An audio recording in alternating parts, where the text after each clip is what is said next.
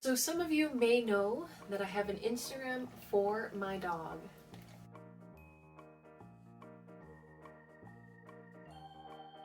I'm not sure how many of you watching have an Instagram for your dog, but even if you do not have an Instagram for your dog, this video will still surely help you out in some way. Hi everyone, my name is Dana. This here is my dog Gunner. Today I will be teaching you about some hacks and tricks to make your photos look nicer. This is my dog Gunner. He is the example for today. So what I'll be doing is the more easy hacks towards the beginning and working towards more difficult ones. I'm not going to include too many, but if you'd like to see more parts to this, please let me know. I did take classes in digital photography, so I do know what I'm talking about, and I've been doing art in general since I can remember, like literally since I was 4. So I do have those backing me, and I've taken multiple art classes and done multiple independent studies, so I know what I'm talking about. Now, even if an example I say is self-explanatory, you may want to listen to it though, because it's not so much like it makes sense, but I also show you what to do to improve, because sometimes you know what you're doing wrong but you don't know how to make it better. At least I get that. I'm not sure if you get that, but if you do think you know the basics, maybe skip ahead a couple of minutes, at least for the first one, because the first one is mostly like the real basics. Like, well, you'll just have to watch it. See, I don't want to spoil my own video. But anyway, with that, I will get right into it. The first thing that will improve your pictures is the setting. What is the lighting like?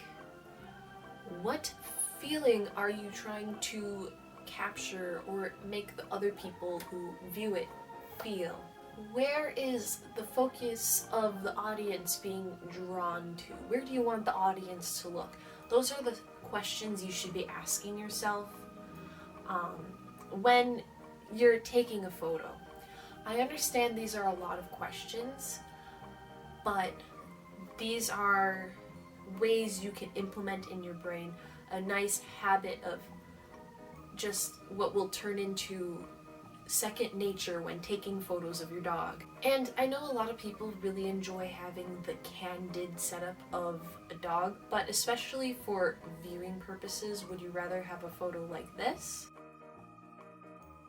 Or a photo that was in a planned setting and a photo that was more prepared, planned out, put a lot of behind the scenes effort into, like this? Some tips to help you start off would be looking at bigger Instagram dog pages. Like there's one called Loki, Wolf Dog Ninja, something like that, Ninja Wolf Dog,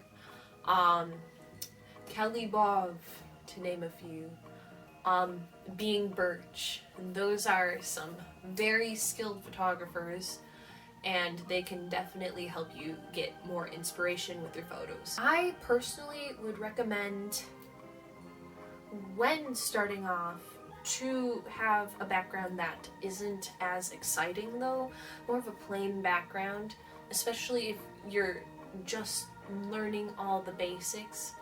It can be difficult to have an exciting background but still have the attention be on your dog, especially if you want the attention to be on your dog. It's different if you want to have like nature pictures and then, oh yeah, there's a dog.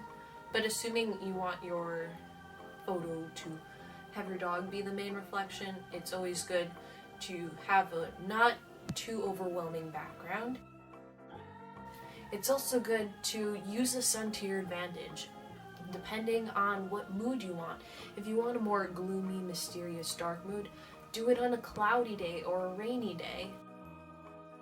If you want a happier, brighter, more whimsical mood, then do it on a sunny day. You know, stuff like that. If you don't have a good camera, I would recommend using sunny days more specifically, just because you can always edit the photos later to change the lighting, and it's just harder to enhance light when there isn't any light, and it'll just take the quality of the photo down a notch if you use darker lighting settings. Lastly, I would recommend doing closer up profile shots just because it's easier to take a picture of a face than it is to take a picture of your whole dog like doing something, and then have a good angle and have a good everything going on in the background. So at least for the beginning, take some profile pictures of your dog, so like shoulder up. Secondly, a thing I recommend for improving your pictures is using treats or trained commands to your advantage when taking the photos, so that you can have your dog looking at you or looking where you want it to look, so it's not all the dog choosing where it's looking. Like I stated previously, the more staged the photo is, the better the outcome, just because it makes it predictable for you, the photographer. I'm not going to go too deeply into like how to train these tricks, because I'm actually planning on making another video specifically for training tricks designed for making your photos more interesting. But I will kind of show you examples of how using treats to get your dog to look places and using voice commands to get your dog to look places can be helpful for you. Alright, so I'm behind the camera now, and I will show you how using a treat can work to your advantage. So see how I'm waving the treat around, and depending on where I have the treat, sometimes he doesn't realize, but you can see he kind of looks where it's going. And then if I go, Gunner, stay, you stay, I can get him to look in a certain direction depending on where I toss the treat. So assuming your dog has good impulse control, you can throw the treats to get it to look like your dog is looking off in the distance, but no, it's just looking at a treat. Or I can go, hey Gunner, are you hungry? And see how he perks up his head and ears a little bit? Hey Gunner, do you want a treat? That's my voice command to get his attention. Basically, whenever I go, hey Gunner, are you? Or hey Gunner, do you? I always ask him those things before we do something exciting and interesting.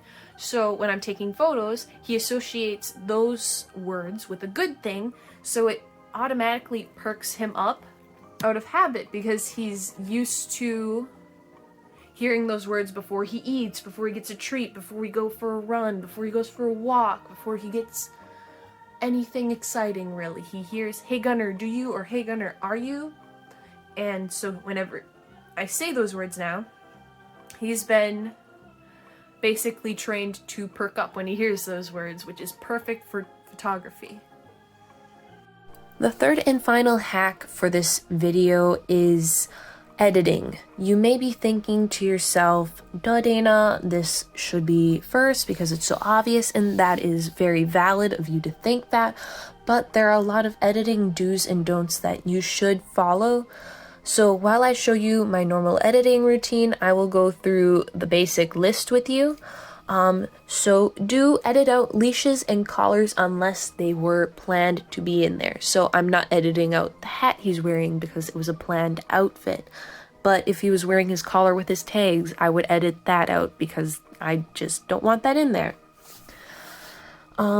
Do enhance the photo to make it more professional. So sharpen it, enhance the saturation, blur as needed.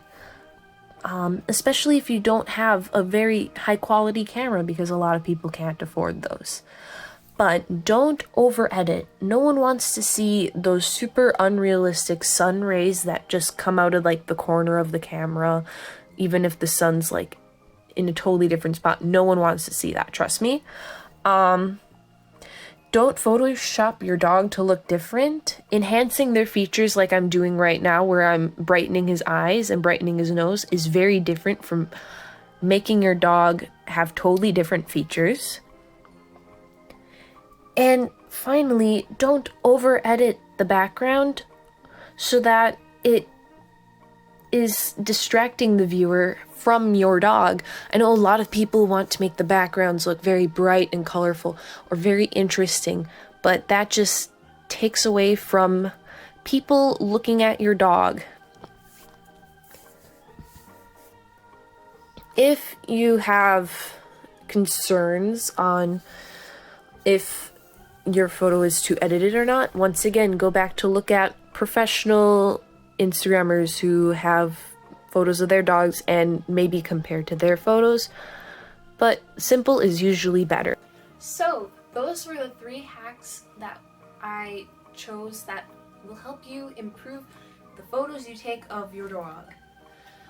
If you enjoyed this video, found this video helpful, or just thought that Gunner was cute, make sure you subscribe, like this video, and if you look down in the description, his Instagram is linked, so you can see all the Gunner you want, because trust me, if I could, I would just spend my entire life with this dog. He's a joy.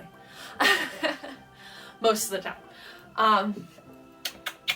But anyway, that is all the time we have, so I will see you all in the next video, and thank you so much for watching.